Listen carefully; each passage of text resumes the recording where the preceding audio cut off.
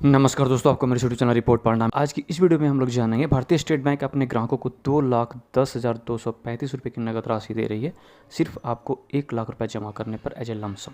जी हाँ दोस्तों, तो दोस्तों जल्दी से आप इसका लाभ उठा लें। अगर आपके पास SBI में खाता नहीं है तो प्लीज़ भारतीय स्टेट बैंक SBI में खाता खुलवा लें। अगर है तो आप इसका लाभ जल्द से जल्द उठा लें। तो दोस्तों मैं आपको फटाफट बता देता हूँ SBI FD स्कीम में कौन लोग निवेश कर सकते हैं। सीनियर सिटीजन लोगों के लिए क्या इसका क्राइटेरिया होगा, कैसे SBI FD scheme account open करें, मिनिमम कितने रुपए से इस स्कीम को हम स्टार्ट कर सकते हैं और मैक्सिमम हम इसमें कितना जमा कर सकते हैं, क्या इस स्कीम में पैसा जमा करने पर टैक्स में बेनिफिट मिलेगी कि नहीं मिलेगी, SBI फिक्स्ड डिपॉजिट स्कीम 2025 के ऊपर अभी कितना इंटरेस्ट रेट मिल रहा है, सीनियर सिटीजन लोग के लिए कितना है और नॉर्मल व्यक्ति के लोग के लिए कितना है, SBI FD स्कीम में निवेश करने पर कितना रिटर्न मिलेगा, SBI FD स्कीम को लेने के लिए क्या क्या डॉक्यूमेंट्स देना होगा। तो दोस्तों SBI FD स्कीम 2025 से जुड़ी तमाम जानकारी मैं आपको विस्तार से बताऊंगा इस वीडियो में। तो दोस्तों अगर आप SBI की इस स्कीम का फ़ायदा उठाना चाहते हैं तो आप अपने शहर का नाम नीचे कमेंट में लिखकर जरूर बताएं। और दोस्तों अगर आपने अभी तक मेरे चैनल रिपोर्ट पांडा को सब्सक्राइब नहीं किया तो प्लीज़ कर ले, ताकि मैं आपके लिए इस तरह का इन्वेस्टमेंट से रिलेटेड वीडियो लेकर आता रहूँ। तो दोस्तों चलिए शुरू करते हैं। SBI FD स्कीम 2025 के बारे में पहले हम जान लेते हैं। SBI की FD स्कीम का लाभ कौन कौन लोग ले सकते हैं, यानी SBI FD scheme eligibility criteria के बारे में। Age limit, SBI FD plan लेने के लिए कोई एज लिमिट नहीं रखी गई है। 10 साल बच्चा से लेकर बूढ़ा तक महिलाएं भी SBI की इस FD स्कीम को ले सकता है। मिनिमम अमाउंट SBI FD में खाता खुलवाने के लिए आपको मिनिमम 1000 पैसा आपको स्टार्ट करना होगा। वही मैक्सिमम अमाउंट की कोई लिमिट नहीं है आपके पास। जितना पैसा है आप एज ए लमसम आप ओपन कर सकते हैं एज ए SBI FD में स्कीम में। मिनिमम टेन्योर SBI की FD को कम से कम आप 7 डेज के लिए ले सकते हैं। वही मैक्सिमम टेन्योर 10 साल तक है, जो कि आपके लिए फ़ायदा ही फ़ायदा है। मतलब दोस्तों SBI की FD लंबे समय तक के लिए लेने में ही फ़ायदा है।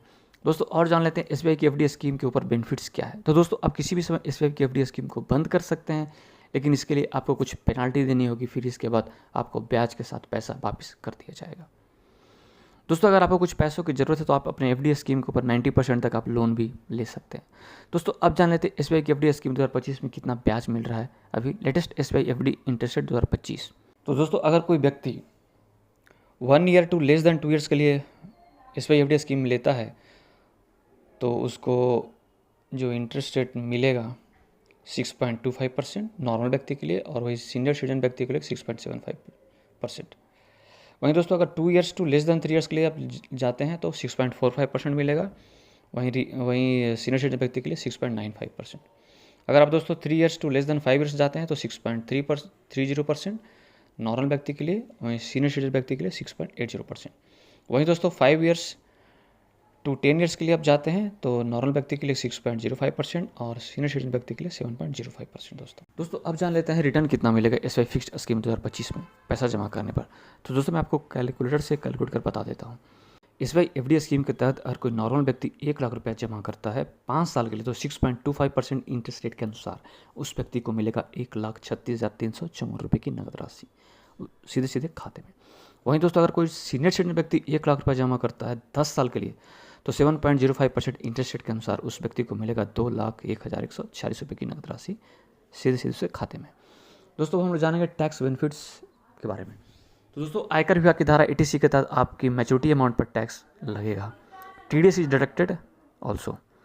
तो अगर आपका TDS डिडक्ट होता है और अगर आप पैसा वापस लेना चाहते हैं तो आप form 15G and form 15H आप भरकर आप जमा करके आप TDS रिटर्न ले सकते हैं।